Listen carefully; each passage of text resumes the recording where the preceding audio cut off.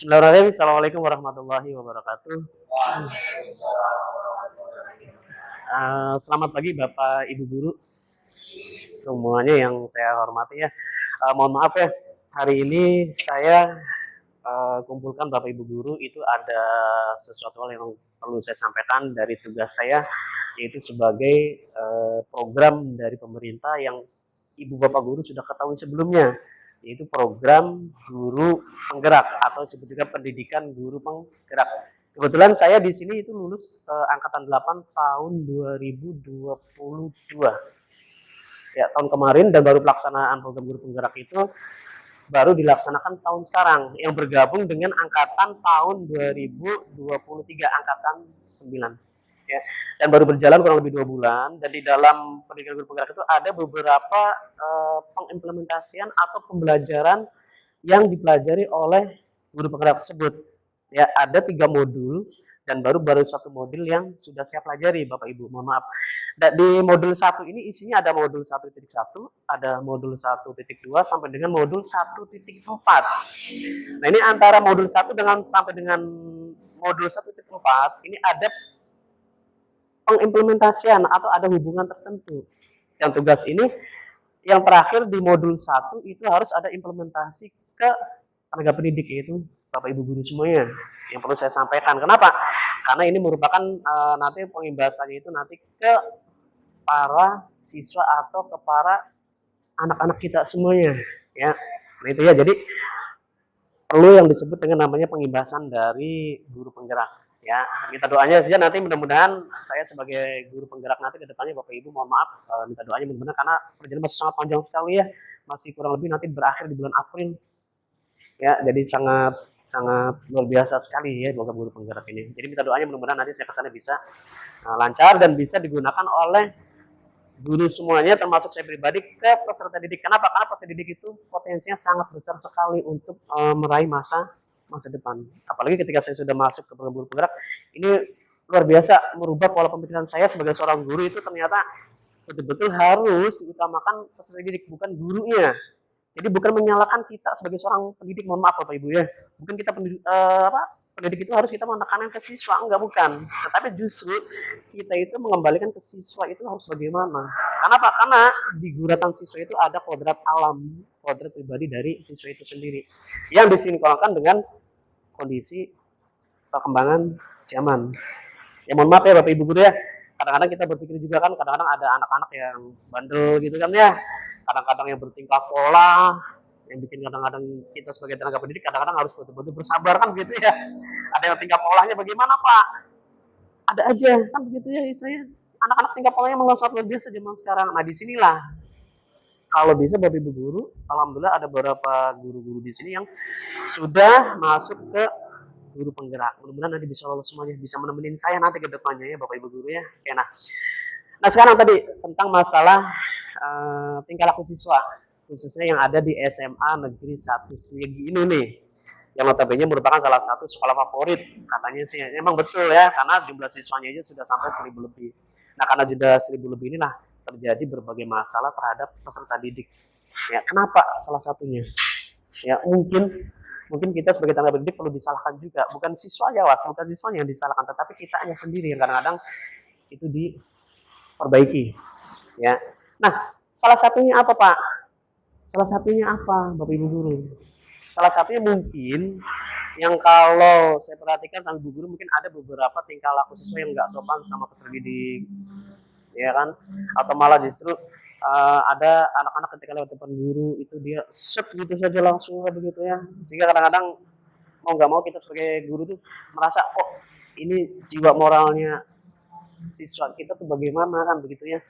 Nah ada salah satunya di diseminasi ya di modul 1.4 itu, ini merupakan rangkuman dari modul 1.1 sampai dengan modul 1.4. Ada yang disebut dengan budaya positif. Ini yang perlu diterapkan oleh siswa. Budaya positif bagaimana Bapak Ibu? Bapak Ibu pernah mendengar budaya positif itu apa kira-kira? Yang berdampak baik pada semua orang, pada peserta didik ya. Berarti budaya positif ini berdampak kepada semua orang. Mohon maaf, berarti berdampaknya bukan hanya di pihak sekolah, tetapi harus semua lingkungan, termasuk mungkin Bapak Ibu guru punya anak atau punya adik, itu juga diterapkan. Ya mohon maaf ini Bapak, saya bukan mengajarin Bapak Ibu guru, bukan ya, tetapi semua itu mempunyai kelebihan masing-masing siswa maupun anak ataupun adik yang ada di rumah. Ya, menerapkan budaya positif ini yang paling mungkin perlu dikembangkan di siswa. Ya, nah Pak, budaya positif bagaimana sih ya Bapak Ibu guru ya, sehingga perlu yang ditingkatkan di segi mananya. Nah sekarang budaya positif tadi pengimplementasian kepada seluruh lini ya istilahnya. Contohnya apa kira-kira Bapak Ibu? Pak Aris?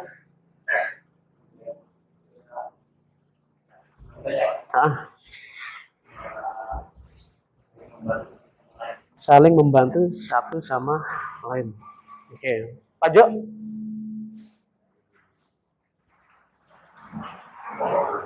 Gotong royong. Saling membantu ya Pak Jo ya. Itu merupakan salah satu budaya positif. Oke. Pak Rokim, Pak Rokman ya. Oke, salah satu contoh budaya positif apa Pak Rokman?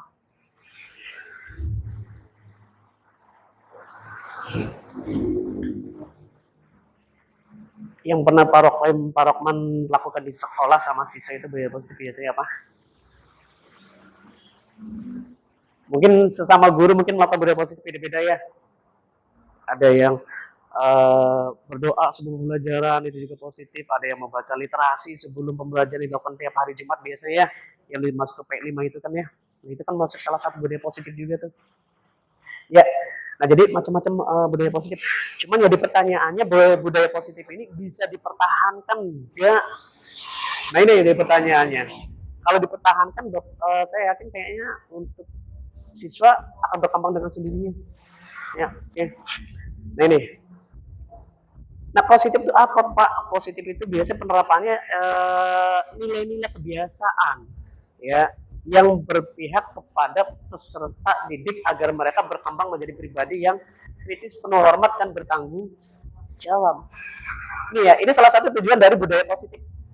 Sehingga Pak, sehingga nanti peserta didik diharapkan itu dapat berkembang menjadi pribadinya sendiri, bukan pribadi orang lain, pribadinya sendiri. Nah penerapan budaya positif ini harus apa? Dikembangkan tiap hari oleh siswa dengan bimbingan seorang ya. Oke. Ini Pak, perubahannya bagaimana? Khususnya budaya positif yang ada di sekolah. Bapak Ibu guru mungkin bisa melihat lingkungan yang ada di SMA Sliep. Ya, kalau misalkan lingkungannya positif, aman dan nyaman, saya yakin ya salah satu lingkungan sarana yang ada di sini yang dikembangkan, saya yakin pasti peserta didik akan aman nyaman, ya kan?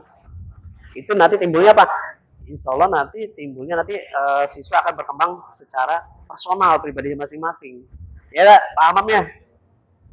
Pak Amam setuju kalau misalkan lingkungan yang positif itu dikembangkan di sini, setuju ya? Ya. Nah, ini nih. Tetapi budaya positif ini perlu yang namanya dari kontrol. Nah, kayak sekarang kontrol diri atau kontrol orang lain kira-kira yang berperan menurut Bapak Ibu.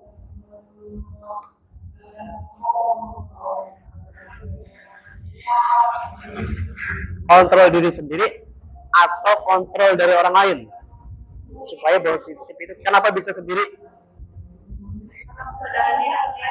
Kesadaran dari sendiri. Oke. Mohon maaf Bapak Ibu, saya ambilkan sampel ya.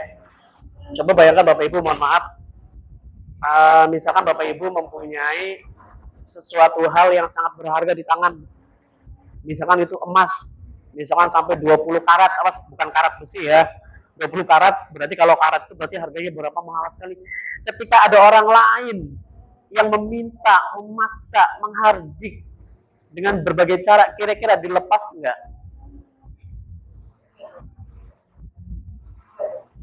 Kira-kira, nih saya berikan nih. Tapi itu betul-betul produk atau sesuatu hal yang sangat berharga buat Bapak Ibu. Kira-kira dilepas enggak? Enggak ya? Nah, sekarang nih, Kepada anak didik Bapak Ibu, mohon maaf, peserta didik siswa yang ada di sini, dia mempunyai pegangan masa depan yang sangat cerah. Kira-kira apakah Bapak Ibu itu rela peserta didik melepaskan sesuatu hal yang sangat berperan buat siswa itu, yaitu masa depan, dilepas atau dikontrol oleh orang lain? Ya mohon maaf ya, kalau Bapak Ibu mungkin ya, termasuk saya pribadi, mungkin karena sudah umurnya sudah boleh dibilang mendekati ya, kan begitu ya istilahnya. Tapi kalau peserta didik, dia mempunyai masa depan, Pak Hamam. Dia mempunyai masa depan, dia harus pegang. Nah, kalau masa depannya sendiri dia dilepas, dikontrol oleh orang lain, apa yang terjadi? Mau nggak kira-kira peserta didik siswa itu melepas masa depannya dengan, ya saya lepaslah masa depannya. Ya kan, contoh mohon maaf, mungkin masa depan siswa itu bagaimana Pak? Contoh, kalau saya lihat pribadi ya, tugas kadang-kadang mengerjakannya nanti-nanti, mundur-mundur, itu kan masa depan. Ya, salah satu bentuk masa depan yang dipegang oleh siswa peserta didik, tetapi dilepas, dikontrol oleh orang lain. Betul kata Ibu Zahra ya. Tadi katanya Pak pengontrolannya itu dari siapa? Diri sendiri. Ya mohon maaf Bapak itu ya, ini yang perlu diingatkan ke peserta didik, bahwasanya masa depan itu merupakan sesuatu hal yang harus dipegang secara kuat dan tidak boleh ada seseorang yang mempengaruhi. Ya, itu Bapak Ibu, mohon maaf nih. Ya, ini yang saya dapatkan selama pendidikan guru penggerak. Makanya saya berfokus ke siswa itu, bagaimana siswa mengembangkan kepribadiannya secara maksimal dengan tidak melepas pegangan masa depan yang sudah ada di tangan siswa atau peserta didik. Saya merasa kasihan kalau misalnya ada siswa yang aduh tugas nggak masuk, nanti ya kan, apalagi leha-leha dengan WA-nya di HP di dalam kelas, sedangkan masa depan sudah ada di tangan, kenapa dilepas begitu saja? Itu kan mubazir ya Bapak Ibu ya, sayang. Ini contoh kecilnya ya. Jadi yang memegang peranan siapa? Diri sendiri ya. Oke ya, nah ini nih ya. Ini yang paling sangat mendasari saya sebagai seorang guru Bapak Ibu di dalam pendidikan guru penggerak, yang betul-betul saya nanti pengambilan tesnya itu adalah ke siswa. Saya sudah berkomitmen Bapak Ibu, mohon maaf, ketika sudah lulus guru penggerak, saya mungkin akan lebih maksimal lagi ke peserta didik.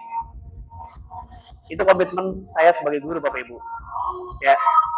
Entah ada ke depan Bapak, ke depan ada apa, saya juga nggak tahu. Yang penting saya nanti akan berkomitmen untuk melaksanakan yang sudah didapatkan dari guru penggerak. Itu apa? Nih, menurut Kajian Dewantara, ya, menuntun segala kodrat ini, ya, kodrat siswa itu ada semua.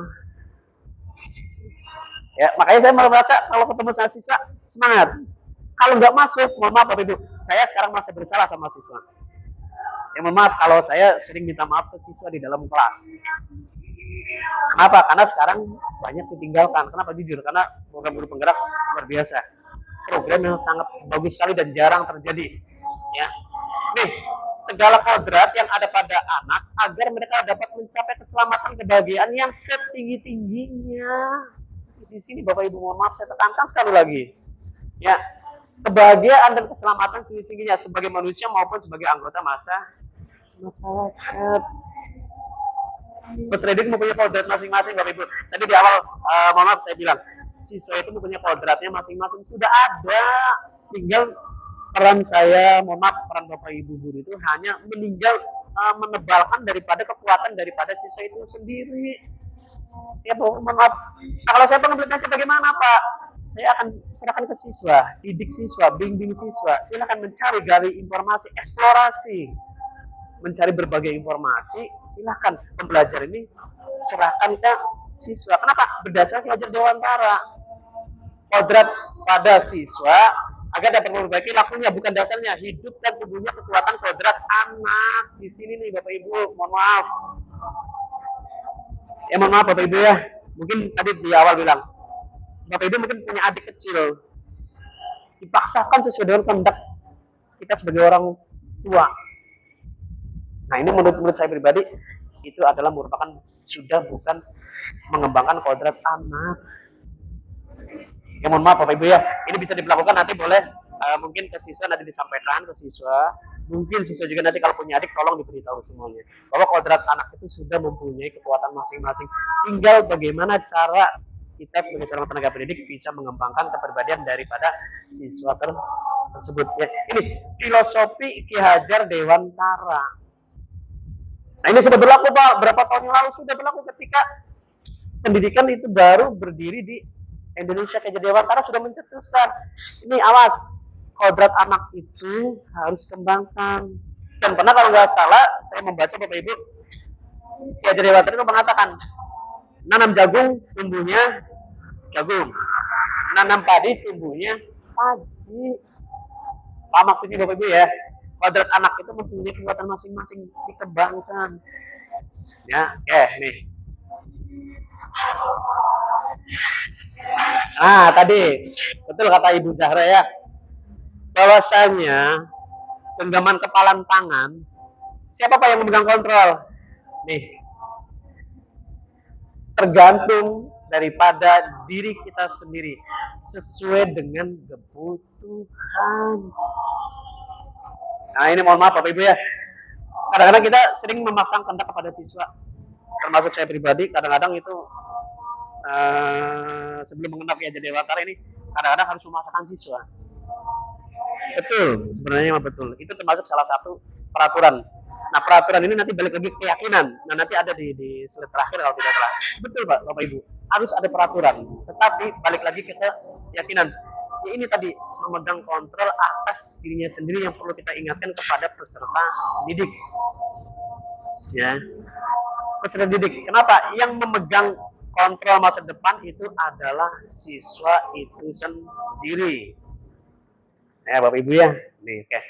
Jadi mohon maaf Bapak Ibu, tolong disampaikan ke peserta didik semuanya, ke siswa semuanya. Mohon maaf, ini demi masa depan buat siswa. Kalau masa depan siswanya baik, saya yakin Bapak Ibu, kayaknya nanti Indonesia akan menjadi negara yang paling sangat maju. Saya yakin tuh. Makanya saya berkomitmen itu dari awal harus memajukan peserta didik. Ya, dengan kuliah, dengan bekerja baik, menciptakan generasi-generasi yang bermental kuat. Ya, oke. Jadi Bapak Ibu ya, jadi yang memegang kontrol itu adalah kita sendiri, siswa sendiri. Mau sukses, siswa sendiri. Mau nggak sukses, siswa sendiri. Silakan, kepalan tangan siswa itu mau diapain? Apakah dilepas begitu saja? Kan gitu ya Bapak Ibu ya. Saya sering ngomong di kelas, siswa yang megang masa depan siswa itu adalah siswa sendiri, bukan Bapak Ibu guru. Kalau Bapak Ibu guru cuma hanya menjembatani. Saya sering ngobrol kayak begitu Bapak Ibu guru sama siswa tuh. Ya kenapa? Karena kalau saya lihat kemampuan siswa itu sangat potensial banget, mempunyai kemampuan yang masing-masing yang berbeda gitu Bapak Ibu guru ya. Ya mohon maaf nih. Nah ini ya. Nah ini ada perubahan paradigma atau ilusi kontrolnya ya. Salah satunya ada mengontrol murid, kritik membuat orang merasa bersalah, dapat memotong karakter. Ternyata kritik itu sebenarnya bukan membuat seseorang itu menjadi kuat karakter, bukan ya. Ini salah satunya. Semua penguatan positif efek dan bermanfaat, ini betul. Orang dewasa memiliki hak-hak untuk memaksa. Ini juga merupakan salah satu paradigma atau teori kontrol yang perlu diperbaiki ya. Kalau misalnya orang dewasa memaksa, guru berarti harus memaksa ke siswa. Kenapa? Karena ada hak itu orang dewasa, bukan. Ya, sekali lagi bukan Bapak Ibu guru, mohon maaf ya. Mungkin Bapak Ibu guru lebih paham lah daripada saya ya, karena pengalaman Ibu Bapak guru juga sama, kan lebih banyak. Nah itu ya, ini cuma hanya menyampaikan saja. Oke. Nah ini perubahan. Siapa sih yang memiliki kontrol? Contoh, stimulus respon. Ya, respon misalnya ada salah satu, kita mencoba mengubah orang agar berpandangan sama dengan kita. Ini yang terjadi pada siswa biasanya. Ya, antara satu siswa dengan lain kadang-kadang harus memaksakan kehendak. Makanya kadang-kadang ada siswa yang berkelahi. Mohon maaf ya siswa ya. Ada yang dibully. Paham ya? Ada memaksakan kehendak ya, paham ya? Itu kan ini nih, kadang-kadang berpandangan mereka harus sama dengan kita, dipaksakan. Ayo, siswa yang pernah Bapak lihat nih ya, yang pernah saya lihat nih, siswa kadang-kadang ke kelas, Pak, saya izin mohon maaf ke kantin, sama 2 orang, itu pemikiran yang sama, ya. Pak, mohon maaf, saya mau ke ini, banyak sekali kasus. Tetapi kalau menurut teori kontrol, mohon maaf. Tetapi menurut teori kontrol, kita berusaha memahami pandangan orang lain tentang dunia. Nah, menurut teori kontrol itu bagaimana, Pak? Kalau pandangan itu sama harus dengan kita, tapi kalau teori kontrol itu bagaimana? Memahami pandangan orang lain. Oh, ternyata orang tersebut itu begini karakternya. Ya, jadi mohon maaf Bapak Ibu harus bisa mengembangkan pemikiran siswa itu, harus bisa membaca karakter temennya. Jangan sampai nanti hal yang negatif ikut terbawa. Ya, ya mohon maaf Bapak Ibu ya, kadang-kadang kalau jam istirahat setelah jam 12 sih biasanya nih Bapak Ibu ya, Pak Aris ya, Pak Amam ya. Ini biasanya nih yang sering terjadi nih. Ya Pak Rokim, ini Bapak Pak Rokim kayaknya sudah pernah mengalami nih ya. Biasa jam 12 biasanya kadang-kadang kan ketika guru masuk, yang pernah saya alami juga ya, ketika guru masuk, kadang-kadang ada siswa, Pak mohon maaf saya mau sholat dulu. Dilematis kan? Ya sholat, nah ya wong istilahnya kok dilarang. Tapi secara teori kontrol itu kan, ya itu kan sudah pola pemikiran harus dirubah siswa sedikit demi sedikit. Mohon maaf lagi Bapak Ibu guru ya, Bapak Ibu guru juga sudah bisa melihat di dalam kelas juga sama nih. Ketika pembelajaran ya Pak Amam ya, Pak Aris, ini luar biasa nih Pak Amam, Pak Aris nih ya. Kalau Pak Jo mah mungkin mudah-mudahan tidak mengalami ya Pak Jo ya. Sama Bu siapa namanya yang depannya Pak Jo nih? Saya lupa. Bu Dewi ya. Nah, satu lagi nih yang banyak terjadi sama siswa di dalam kelas. Apa Pak? Saya pernah melihat ada siswa itu ketika belajar kakinya diumpetin, nggak pakai sepatu. Ya Bapak Ibu ya, nggak pakai sepatu. Ini nih merupakan salah satu disiplin yang harus diterapkan di siswa. Nah ya wong belajar di kelas kok nggak pakai sepatu tuh ya priye tuh. Iya kan?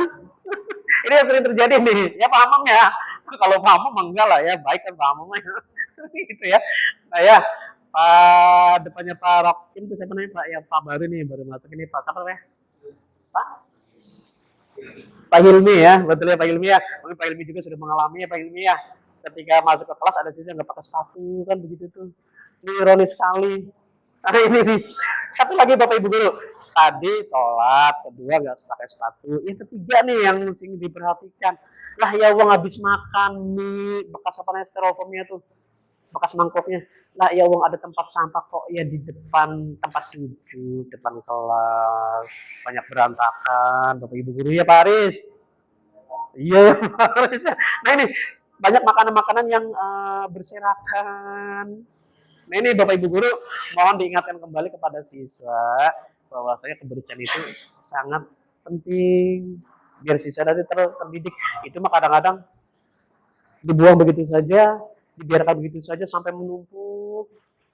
Nah ini budaya positif yang harus diterapkan di lingkungan sekolah. Ya, khususnya umumnya berada di lingkungan yang lain ya Bapak Ibu ya. Nah ini. Nah ini nih, ini yang terakhir Bapak Ibu ya. Mohon maaf nih. Ini juga model berpikir menang atau kalah. Kadang-kadang siswa itu memasang kehendak biar nanti saya dihargai oleh temennya. Ya kan kadang-kadang memasang kehendak kan. Contoh, ayo dah mana yuk? Maka beli. Kadang begitu kan. Kalau enggak nih, kan begitu. Ini kan kadang-kadang kalau responnya memaksa, berpikir dia untuk menang. Tetapi kalau menurut teori kontrolnya, model berpikir menang bagaimana? Itu tadi bisa membaca karakter dari temennya. Ya, itu ya ini teori kontrol yang nanti saya bagikan ke Bapak Ibu guru semua slide ini boleh ya. Ya. Berikutnya, nah ini tadi pakai sepatu di kelas Pak Amam ya. Oh iya Pak Amam. Pak Amam. Membuang sampah di depan kelas. Sholat yang kadang ketika sudah jam pelajaran malah izin. Nah ini yang perlu namanya disiplin. Mohon maaf Bapak Ibu, saya bertanya sama Bapak Ibu sendiri nih. Disiplin ini sudah tahu ya. Disiplin itu apa Pak Jo?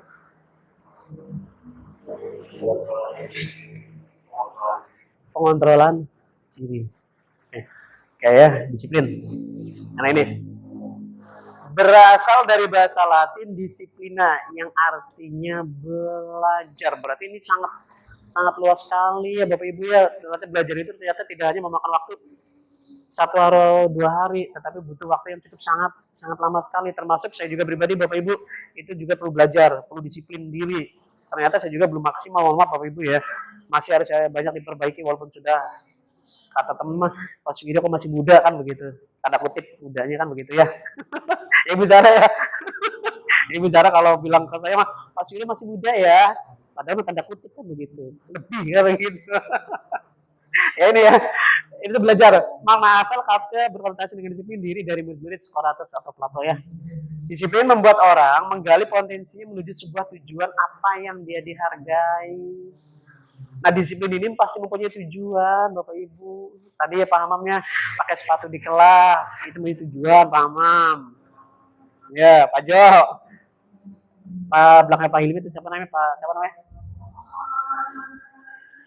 Pak Nabil ya, Pak Nabil ya. Nah, ini tapi dalam kenyataannya disiplin ini malah bisa berubah. Itu apa?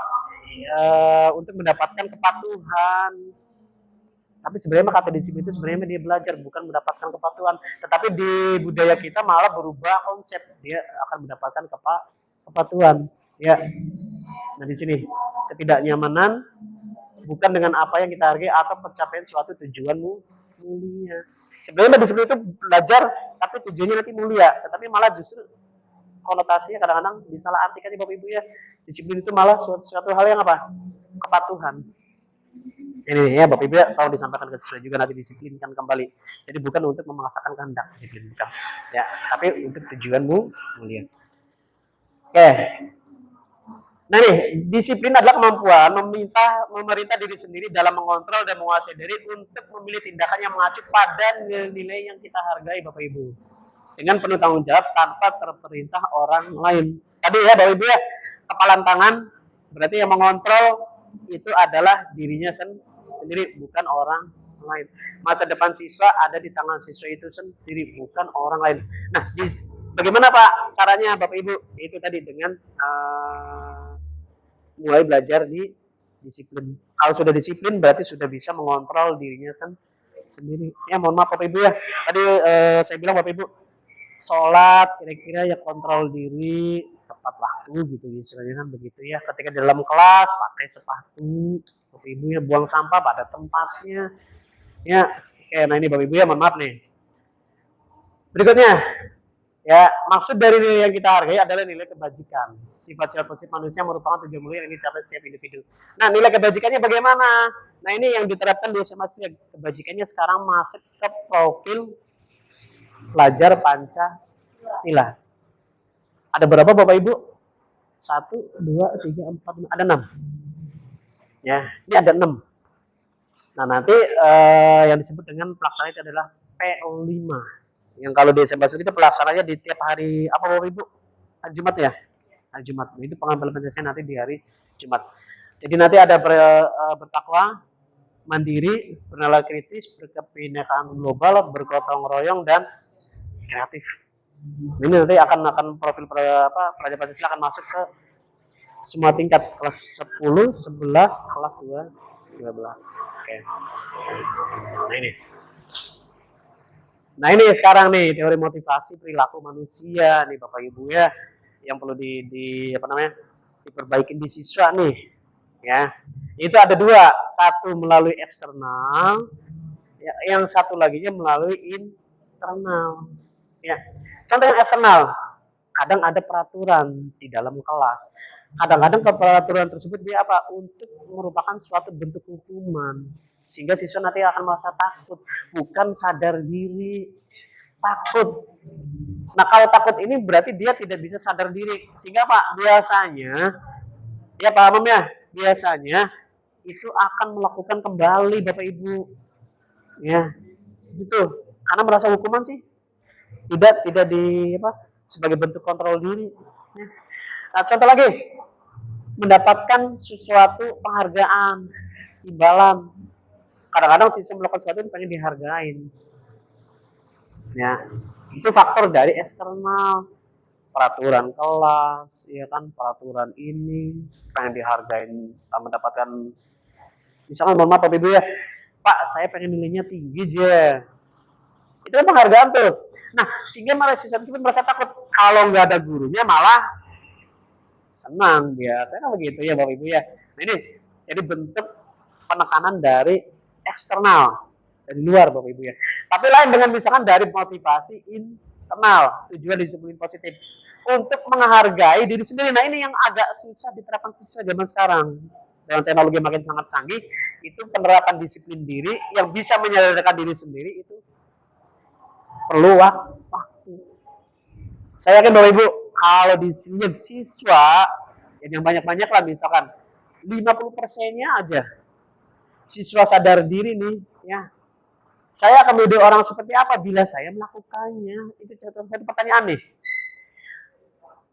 Saya akan menjadi orang seperti apa bila saya melakukannya? Contoh misalnya Bapak Ibu, mohon maaf. Siswa tadi dibilang, kalau saya melakukan menyopot sepatu itu, nanti saya menjadi seorang apa? Contoh aja. Siswa harus sadar diri tuh. Apalagi Bapak Ibu ya, saya tidak mengerjakan tugas. Kalau saya melakukannya, saya ini nanti menjadi seorang yang bagaimana? Ini yang perlu ditekankan siswa nih. Ya. Tadi kontrol diri dengan menyadari diri sendiri. Saya kalau lompat pagar, apa yang akan terjadi ke depannya? Nah, kalau sudah dari internalnya terbentuk, saya yakin Bapak Ibu, 50%-nya jadi luar biasa. Kayaknya budaya positif yang ada di sini kayaknya akan bisa dipertahankan dan kayaknya sini bisa lebih maju, lebih baik lagi. Ya, dan kayaknya masa depan anak-anak siswa, saya yakin Bapak Ibu, negara Indonesia pasti akan maju. Ya, walaupun mohon maaf ya Bapak Ibu guru ya, ada beberapa emang mohon maaf ya, istilahnya mungkin ada tingkat pendapatan orang tua kan berbeda-beda ya. Tetapi itu bukan menjadi suatu masalah sebenarnya. Yang jadi masalah itu adalah siswa itu sendiri ya Bapak Ibu ya. Tinggal guru mah hanya mengarahkannya saja. Ya, saya juga pernah ngomong ke siswa anak-anak semua ini awas, bahwasanya orang tua itu hanya menjembatani, semuanya itu tergantung daripada siswa itu sendiri. Pak, mohon maaf ya Pak, saya nggak punya uang, bukan masalah juga. Ya, sebenarnya tergantung dari kemauan daripada diri sendiri. Insya Allah kalau sudah bisa menghargai diri sendiri, motivasi internal dari dalam sendiri, saya yakin Bapak Ibu pasti ya tidak yang mungkin. Ya itu ya, banyak pejabat-pejabat tinggi ya itu yang berlari dari kalangan bawah, termasuk Pak Jokowi. Ya itu profilnya Pak Jokowi, mohon maaf ya, beliau itu perjuangannya sangat luar biasa ya, sampai bisa jadi orang nomor 1 di Indonesia itu bagaimana perjuangannya Bapak Ibu ya. Oke. Nah ini, sekarang ini nih Bapak Ibu yang paling sering terjadi pernah saya bilang, siswa itu kadang-kadang bandel. Kenapa? Karena ada yang disebut dengan kebutuhan dasar manusia. Ya mohon maaf Bapak Ibu ya, siswa melakukan suatu hal yang kurang maksimal itu kadang-kadang bisa jadi dia butuh yang disebut dengan diterima, cinta kasih. Pak Jo, ini Pak Jo yang masih muda sama Pak Hilmi nih, cinta kasih. Cinta kasih itu apa namanya? Sendiri ya, bukan anak muda gitu maksud saya ya. Dia merasa diterima, kadang-kadang dia bertingkah pola untuk mencari perhatian. Ada kan begitu ya? Kadang-kadang ini nih perlu yang penguasaan, dia perlu menguasai. Ayo ikut saya ke kantin nih makan. Nah itu tuh kebutuhan dasar manusia itu sudah wajar itu tuh ya. Terus ada juga kesenangan. Saya Pak ngambil pulpennya teman saya aja Pak. Enak sih Pak, saya mengerjain temen tuh. Itu kadang-kadang kan itu suatu bentuk kesenangan. Kalau lihat teman saya Pak limpungan cari kesana kemari, kadang-kadang saya bahagia Pak. Begitu ya. Itu padahal kan itu tuh kadang-kadang siswa membutuhkan suatu kesenangan begitu ya. Ada lagi kebebasan. Nah ini di dalam kelas kadang-kadang nggak betah, kadang-kadang bagaimana kebebasan itu tuh perlu ya. Ini kan alas yang perlu ini Bapak Ibu ya, yang perlu dipahami oleh seorang guru supaya nanti biar tidak berefek negatif ke siswanya. Dan itu memang hampir semua manusia, kebutuhan dasar manusia, yang namanya cinta kasih, penguasaan, kesenangan, dan kebebasan. Itu pasti semuanya ya. Oke, ini. Oke. Realitas, kebutuhan kita berbeda. Kita berusaha memahami pandangan orang lain tentang dunia. Setiap orang memiliki gambaran yang berbeda. Nah ini, jadi cara berpikir peserta didik kita semuanya siswa itu kadang-kadang berbeda-beda. Nah ini yang perlu Bapak Ibu harus bisa memahami karakter daripada peserta didik ya Bapak Ibu ya. Nah ini, sekarang Bapak Ibu saya punya pertanyaan. Ibu Ani, guru kelas 5 SD di Pelita, ya jangan Ibu Ani lah. Pak Hamam, seorang guru di SMA 1 Suyeg, sedang bingung menghadapi ulah salah satu murid di kelasnya, namanya Pak Aris. Misalkan nih Pak Aris ya, ini misalkan. Beberapa anak telah datang dan mengeluhkan Pak Aris yang seringkali meminta bekal makan siang mereka dengan paksa. Nah menurut Bapak Ibu, kalau Pak Haris memaksakan kehendak kepada siswa itu, dia tujuannya untuk apa? Mendapatkan perhatian. Salah satunya kesenangan. Yang lainnya, Bapak Ibu, mungkin kurang kasih sayang, kurang perhatian. Nah, sekarang saya nanya ke Pak Haris nih, yang sebagai sampel, mohon maaf Pak Haris ya Pak Hamamnya. Pak Hamam misalnya jadi guru, Pak Haris jadi siswa. Nah Pak Haris ini sering meminta ke semua teman-temannya yang di kelas dipaksakan. Menurut Pak Hamam sendiri, Pak Haris itu yang bagaimana gitu tuh? Misalnya Pak Haris jadi siswa nih. Ayo, ya Pak Haris ya Pak Hamam ya. Kira-kira bentuk suatu apa kata Ibu Zahra tadi? Kesenangan. Ibu siapa namanya? Ya, Ibu Salwa. Pak, untuk kasih sayang tadi ya. Ya kasih sayang. Ibu Najwa untuk apa tadi? Kurang kasih sayang. Nah kalau Pak Hamam sendiri, Pak Haris memaksakan nih, dia minta tiap hari istilah ke teman-temannya nih. Menurut Pak Haris dalam bentuk apa itu Pak Hamam? Kesenangan. Oke, kesenangan. Oke. Nah ini nih, apa yang anda lakukan menurut Anda, kira-kira apa alasan Agus melakukan hal itu? Nah ini Bapak Ibu ya. Kainnya lama banget. Buka kainnya lama pisannya. Nah ini nih. Jadi cara berpikir orang itu berbeda-beda Bapak Ibu ya. Contoh nih, jawaban yang pertama, apabila jawaban iya karena lapar, orang tua tidak membawanya bekal makan, kebutuhannya adalah bertahan hidup, survivor ya. Tetapi apabila jawabannya ia senang, menjadi pemerhatikan dia, kebutuhan cinta, kasih, sayang. Tetapi kalau jawabannya dia merasa hebat, karena teman jadi takut dan menuruti keinginannya, kebutuhannya adalah penguasaan. Ya. Apalagi yang ini nih, apabila jawaban Pak Aris, karena dia merasa bosan dengan bekal yang dibawakan ibunya, karena selalu membawa bekal yang sama, kebutuhannya adalah kebebasan. Ya. Nah ini dan seterusnya. Ya, jadi tergantung daripada pemikiran masing-masing. Ya, makanya Bapak Ibu guru mohon maaf, silahkan di kelas itu, contoh mohon maaf Pak Amam ya, Pak Amam lagi nih, Bapak ambil sampel Pak Amam, sob guru yang paling ini sih ya, paling keker diselipkan begitu ya. Ya Pak Amam ya, nanti lihat peserta didiknya Pak Amam, karakternya itu yang bagaimana nih. Kalau misalnya Pak Amam menemukan peserta didik misalkan agak-agak gitu ya, istilahnya perhatikan dia ini ke arah mana gitu tuh. Ya Bu Zahra ya. Ya Pak Jo.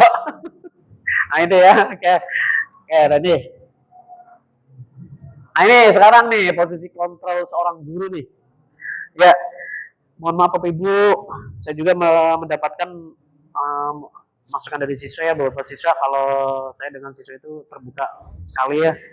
Karena memposisikan saya itu sebagai pertama itu, yang paling saya itu adalah sebagai teman dan manajer. Ada beberapa siswa yang ngomong, Pak mohon maaf sih Pak, jangan gini, kalau Bapak itu mah ini, guru mah ini, begitu tuh. Ada beberapa siswa yang ngomong, Pak, Ibu guru itu mah galak sih Pak. Ada begitu bilang ya. Ini Bapak Ibu guru mohon maaf nih. Ya, mohon maaf saya rubah paradigma Bapak Ibu semuanya ya, pemikiran paradigma Bapak Ibu. Siswa itu kadang-kadang lebih terbuka ketika menjadi seorang teman Bapak Ibu. Ya, kalau misalkan posisi kontrol guru sebagai penghukum, siswa pasti takut. Ketika Bapak Ibu guru nggak ada, dia merasa senang Bapak Ibu. biasanya tuh ya. Tetapi kalau misalkan pembuat merasa bersalah, guru menyalahkan siswa.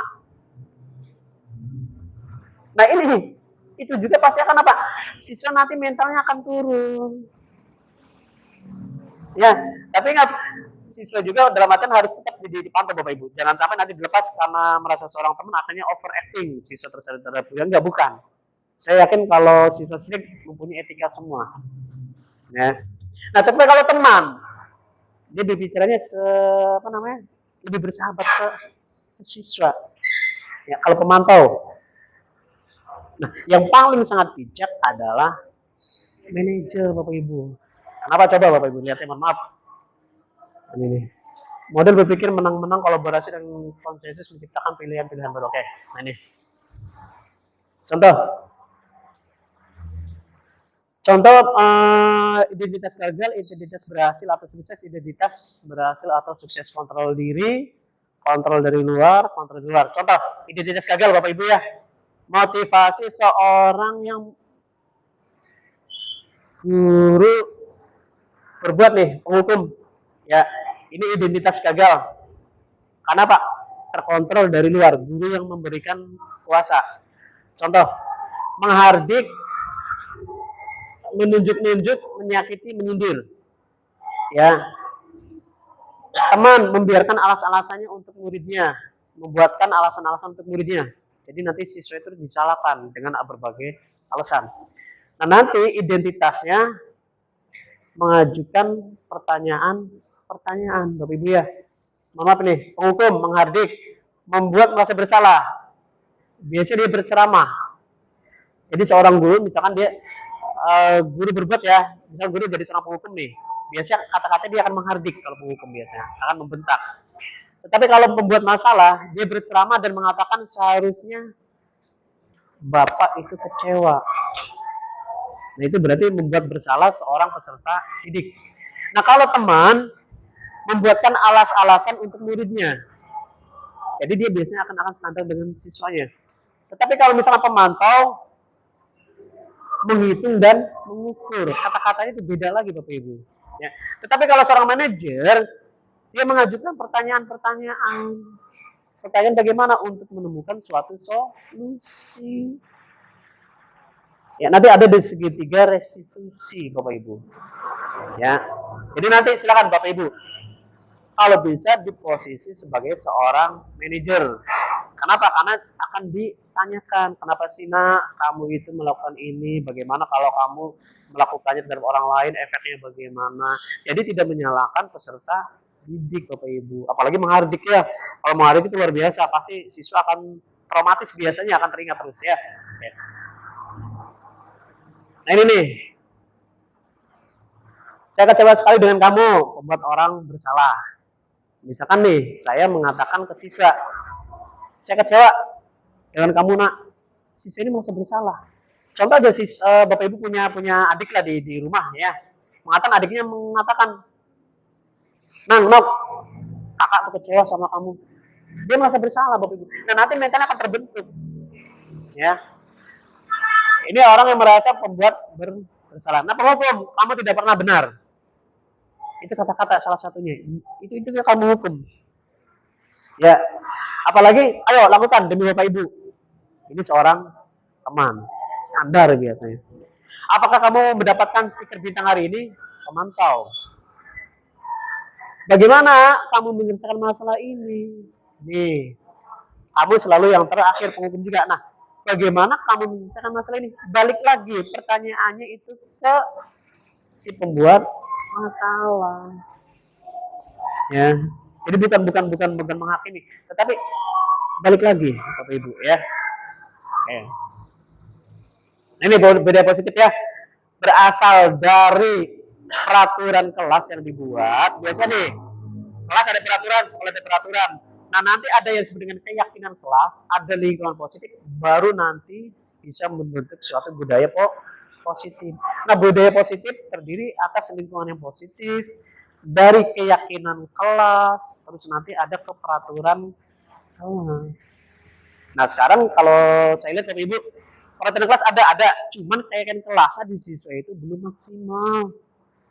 Awas ini membuat keyakinan kelas, Bapak Ibu, maaf jangan banyak-banyak ya. Berdasarkan kesepakatan siswa, keyakinan kelas itu bagaimana? Awas bukan peraturan, tetapi balikin ke siswa lagi. Kalau Anda melakukan ini bagaimana nanti? Keyakinan kelas diyakinkan kembali ke peserta didik. Ya. Berikutnya. Nah ini keyakinan kelas. Nilai kebajikan atau prinsip-prinsip universal yang disepakati secara bersama. Nilai-nilai kebajikan, nilai-nilai yang positif, tetapi berdasarkan kesepakatan bersama, Bapak Ibu ya. Oke, maaf. Nah ini. Jadi harus balik lagi ke intrinsik motivasi dari dalam dirinya sendiri. Oke.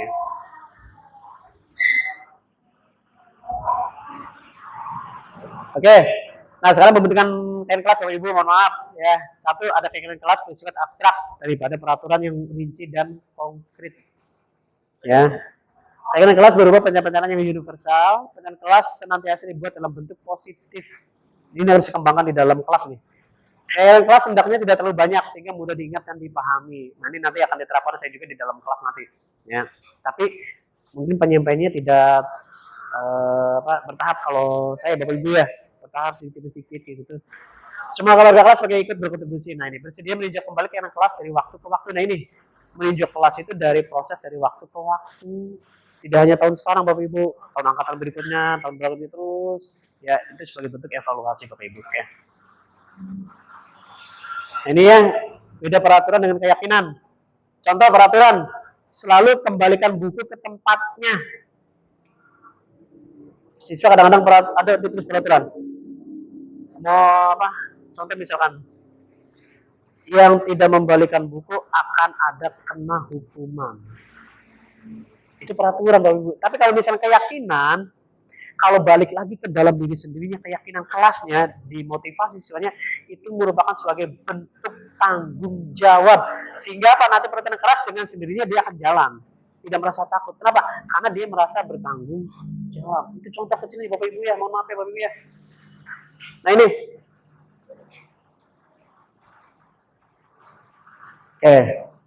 Jangan berlari di keras atau koridor. Ini diingatkan sebagai bentuk keselamatan atau juga keamanan. Kadang siswa lari bot gitu kan, nabrak gitu sama temennya gitu kan. Ya itu merupakan suatu keyakinan kelasnya, nilai kebajikannya adalah keselamatan atau keamanannya Bapak Ibu ya. Oke. Nah ini membuat kesempatan kelas. Nah ini Bapak Ibu ya, segitiga restitusi Bapak Ibu.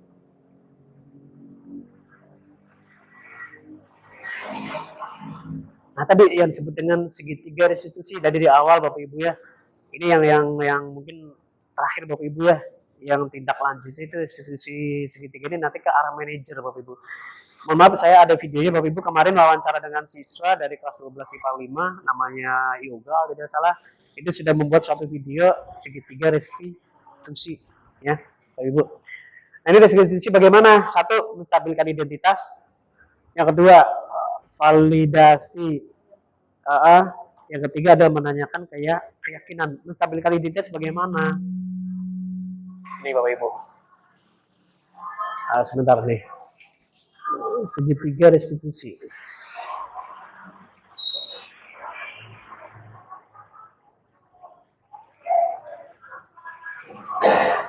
Segitiga restitusi tujuannya satu Bapak Ibu ya.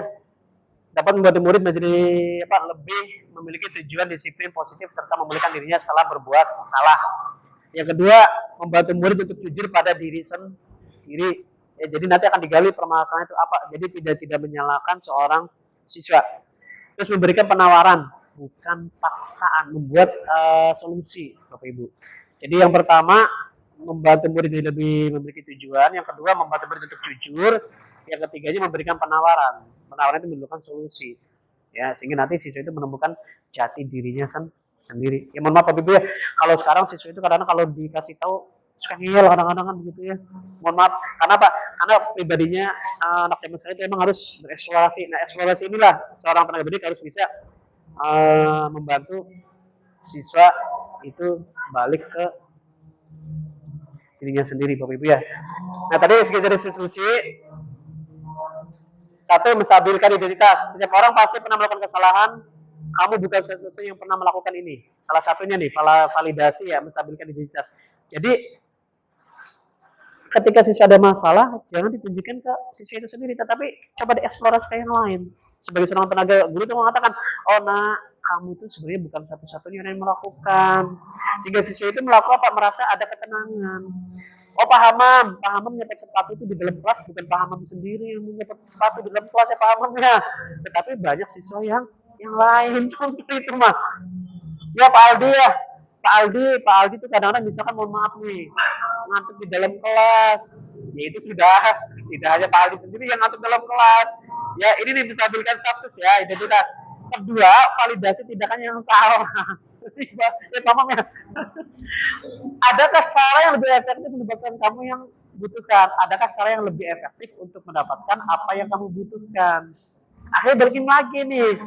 Apakah ada cara nih biar nanti siswa tidak cepat di sepatu? Bagaimana caranya? Balikin ke siswa lagi.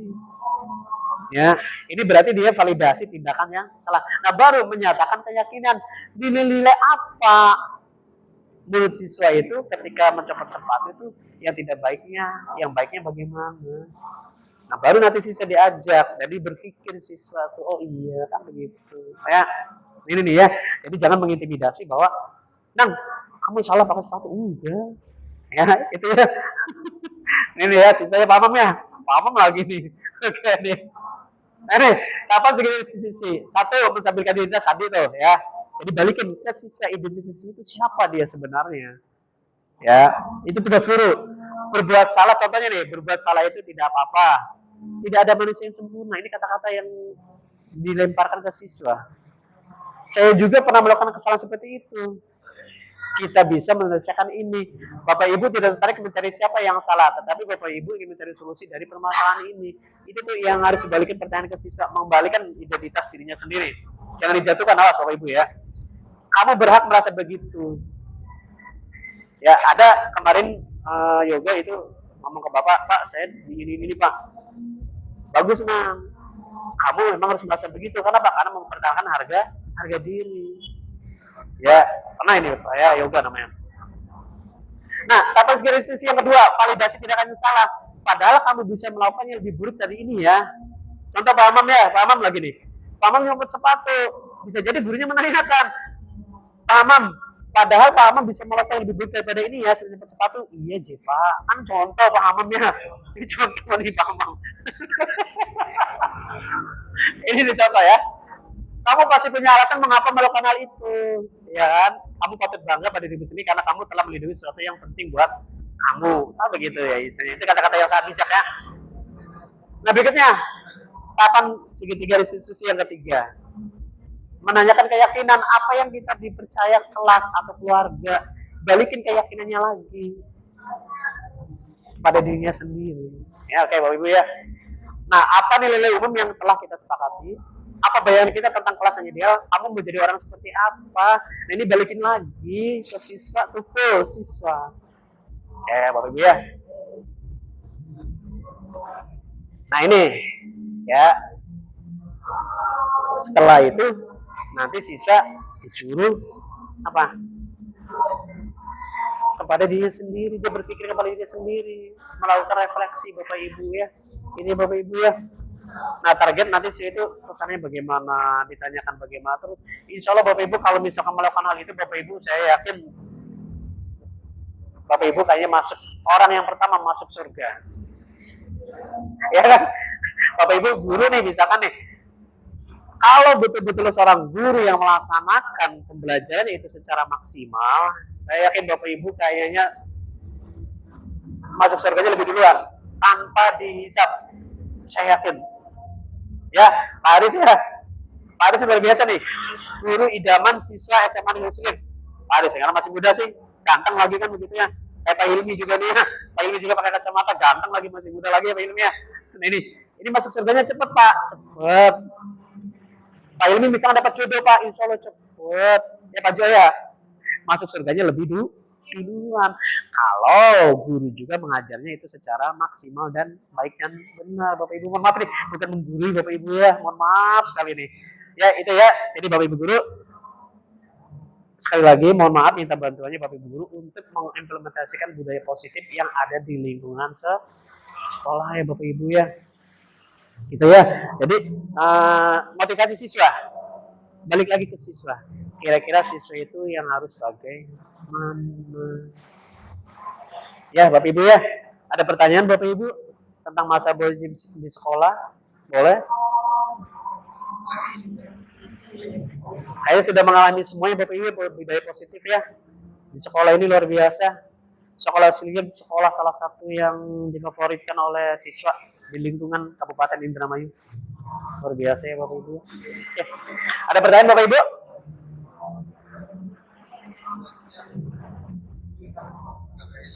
Ya Pak Ilmi. Boleh? Seperti kalau itu dari Bapak sendiri itu gimana cara mengungkap siswa ya? Oke, Pak Ilmi menanyakan ada siswa yang bandel misalkan mengontrol diri. Bagaimana sikap menghadapi siswa yang tidak bisa mengontrol dirinya sendiri ya Pak Ilmi? Apa intinya? Ada yang bisa menjawab? Dari Pak Ilmi. Pak Hamam ini jadi seorang siswa bandel minta ampun, dikasih tahu iya. Nah, sikap tindakannya bagaimana ya? Istilahnya ya, seorang tenaga pendidik itu bagaimana Bapak Ibu? Kalau Pak Jo insya Allah baik anaknya kan begitu. Misalkan nih Pak Jo ya, misalkan nih Pak Haris ya, misalkan nih ya, ya Pak Nabil. Kata Pak Ilmi, contoh ada siswa yang bandel, dia tidak bisa mengontrol dirinya sendiri, sehingga walaupun dikasih tahu angel minta ampunnya begitu ya Pak Ilmi ya. Nah solusinya bagaimana? Ada yang tahu Bapak Ibu?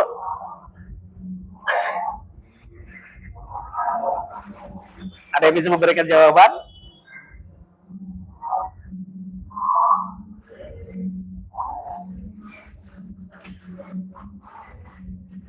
Ya boleh, mangga silakan. Ibu Zahra kayaknya punya ide nih. Pak Aris? Gimana Pak Aris?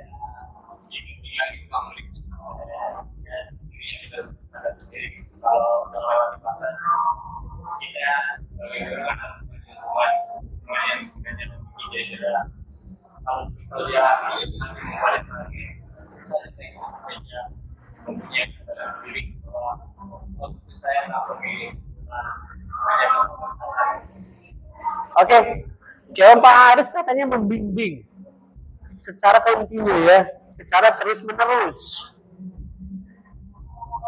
Nah itu Pak Ilmi katanya membimbing. Pak Ibu Sarah gimana?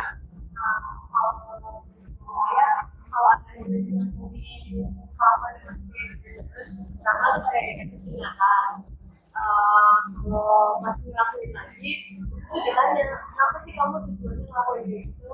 Terus yang kedua, kalau beliau udah dikasih peringatan, dikasih pertanyaan apa sendiri yang ngelakuin kayak gitu, kenapa? Lalu dikasih sanksi kalau masih belum bisa ngobrol diri sendiri. Oke, berarti ada dua opsi jawaban Pak Ilmi. Satu membimbing, satu tadi mengarahkan dan ditanyakan kenapa penyebabnya. Ya, itu sudah betul Bu Zahra. Pantas Bu Zahra ini sama anak-anak deket ya. Guru favorit nih Bu Zahra. Oke betul. Ya, betul ada beberapa langkah. Yang pertama tadi, kalau menurut saya pribadi, Bapak Ibu yang pernah ikut di program Guru Penggerak dan sering berkolaborasi dengan teman-teman yang lainnya, itu tadi betul membimbing. Kedua tadi ditanyain, kenapa sih Nang, kamu tuh begini terus? Ya, dan tentunya nanti yang bergerak ini adalah biasanya wali kelas Pak Ilmi. Nah kalau ada yang bandel terus bahaya Pak sebenarnya Mem, ada yang bandel terus otomatis dibimbing dulu nih sama wali kelas. Ditanyakan kata tadi Ibu Zahra. Setelah ditanyakan panggil orang tua. Bikin surat pernyataan dulu. Surat pernyataan, panggil orang tua. Nah kalau masih tetap ya ada konsekuensi. Ya, jadi bertahap Pak Ilmi ya. Diarahkan, dibimbing, dibina, ditanyakan kenapa penyebabnya, baru panggil orang tua, bikin surat perjanjian. Nah baru nanti ada konsekuensi yang harus diambil berdasarkan kesepakatan antara orang tua dengan pihak sekolah dan siswa itu sendiri. Itu siklusnya Pak Ilmi ya. Ya. Ayo Bapak Ibu ya, ada yang lain cukup? Cukup ya, oke. Bapak Ibu ya, ini saya simpulkan Bapak Ibu, ternyata filosofi Kejaria Bantar itu betul ya di modul 1.4 bahwa budaya positif itu betul-betul harus dikembangkan di lingkungan pendidikan khususnya. Kenapa? Karena mencetak generasi muda yang sangat luar biasa. Dan ini pengembangan budaya positif ini kalau bisa dikembangkan juga di rumah. Kenapa? Karena siswa itu memiliki karakter, mempunyai guratan, mempunyai takdir yang harus ditebalkan sesuai dengan kodrat zaman. Makanya nanti pendidikan itu harus disesuaikan dengan kodrat zamannya. Zaman sekarang lagi teknologi, ya gunakan teknologi, gunakan balik ke siswa lagi ya Bapak Ibu ya. Oke, itu aja bisa Bapak sampaikan. Ya saya sampaikan Bapak Ibu, mohon maaf biasa ngomong di depan siswa jadi sering salah ngomongnya ya. Jadi terima kasih waktunya untuk menyampaikan pembelajaran modul 1.4 di guru penggerak. Dan insya Allah nanti kalau saya butuh bantuan Bapak Ibu lagi, nanti saya panggil lagi Bapak Ibu ya. Terima kasih sekali lagi waktunya, karena acara ini ada acara pihak sekolah ya, acara Muludan, dan terima kasih banget. Mungkin suaranya agak lebih terganggu ya Bapak Ibu ya. Sekali lagi terima kasih Bapak Ibu, terima kasih waktunya ya. Mohon maaf apabila terganggu. Saya akhirin. Assalamualaikum warahmatullahi wabarakatuh.